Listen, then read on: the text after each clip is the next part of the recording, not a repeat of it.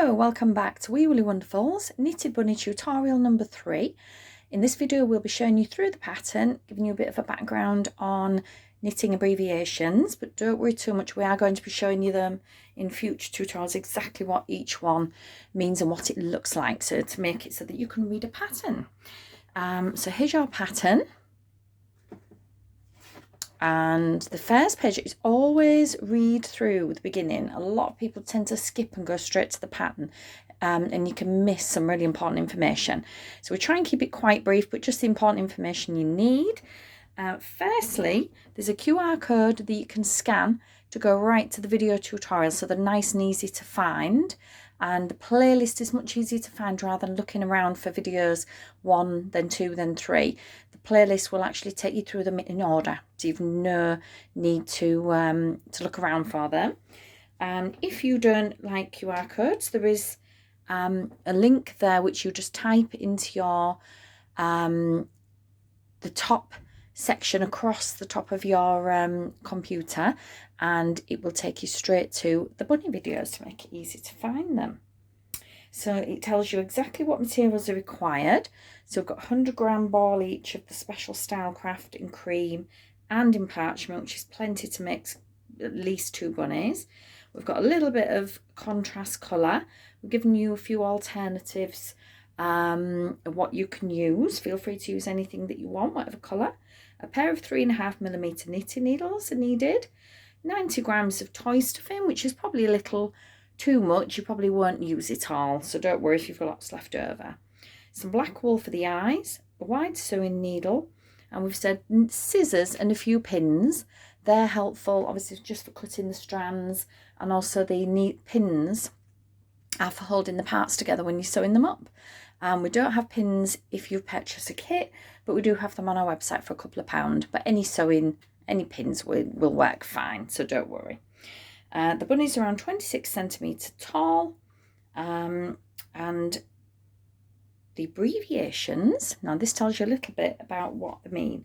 So cast on, that's just casting on, that's how we begin. So that's how we get our stitches on our needle when we're first starting.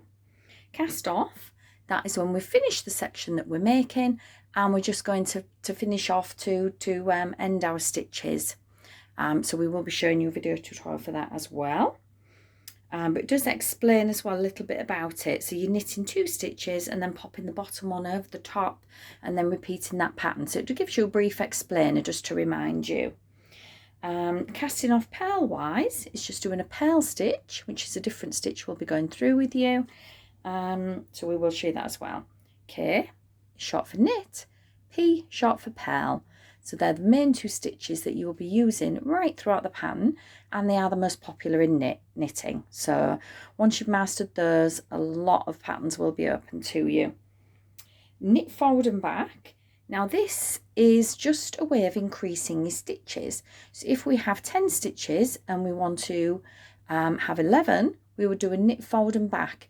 So what we're doing in effect is making 2 stitches out of 1 stitch. So that's how we make a piece of knit slightly larger. Knitting 2 together is the opposite. We're actually knitting 2 stitches together to turn them into 1 stitch. So that is when we're reducing the number of stitches that we have. Knitting 3 together is when we're reducing even further. So you're knitting 3 stitches together, you're turning 3 stitches into 1. And knit 2 together to the back of a loop is just a slightly different way of doing it, but so don't worry too much. We will be showing you anything that you need throughout the pattern, and we'll be doing the video tutorial to show you what to do. So we've also got purl 2 together, stocking stitch.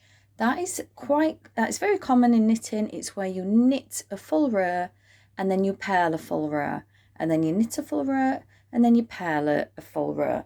And it just gives us the effect that we're looking for on our bunnies. We've also introduced you to moss stitch. Now that is this really pretty effect that we have on the ears and the tail. And all that is knitting a stitch and purling a stitch. And then when we go to the next row, we're doing it the opposite. But so all these things will be shown to you, so don't worry. The tail is also moss stitch as well. Just gives a lovely pretty effect. Anything inside brackets is just showing you that we are repeating it. So if you've got something like knit 2 together in brackets and then times 5, means we're just going to be repeating the instruction that's inside the brackets 5 times. It's just much easier to read than writing it out over and over, because that can get very tricky to see where you're up to. So if it's in brackets, you're going to be repeating it. There is a number in brackets at the end of each row, and that is how many stitches you should have when you have completed that row. So when you're learning, it's really good to just count your stitches at the end of every row, and then you can see if you've lost any, gained any, or you can just check that you're on track. So that is the number at the end of each row, just to make sure that you end up with the right number. Mattress stitch is just a way of sewing things together very neatly. So again, when we're sewing up, we'll show you how to do that, and it's a nice easy way of getting a lovely neat finish to your toys. And also it advises you not to add anything detachable if the bunny's for a child under 3. So things like buttons, safety eyes, anything else that could be pulled off by little hands, not recommended for under 3s. But use your discretion as well. If there's any chance it could be pulled off and popped in a mouth, do not add it. We try and embroider nearly everything to make them much safer for children. So just some good advice on there. Another part of really good bit of advice is to join our Facebook group if you haven't already. It just makes it easier. You can just share with other people who are also learning. It's far easier to feel you're not learning on your own. And if I'm really busy one day, an event, or packing lots of woolly orders, and you want an answer quickly, there's always lots of people in the groups that someone can jump in and say, this is how you do that if you're stuck, or explain something for you. So go to that. It's the link is there, or there is also a QR code toward the back of the leaflet here, so you can just beep on those if you're quite technical. Please do try and use them, because it took a lot of working out how to do them, because I'm not really technical, so please use them. And join our woolly group.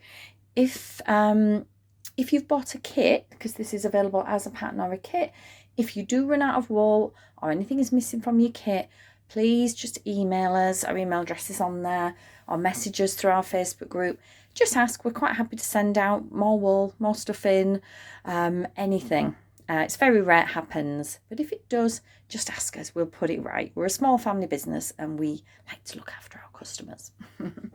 So we're nearly ready to start. I'm getting excited now. So get your cup of tea, get ready for the next tutorial, and we will explain all of these things I've read, which you're probably thinking, I've no clue what any of that is. We will be showing you all of it. So please do not worry. Get ready for the next one and get everything out ready, and we'll get started. See you there.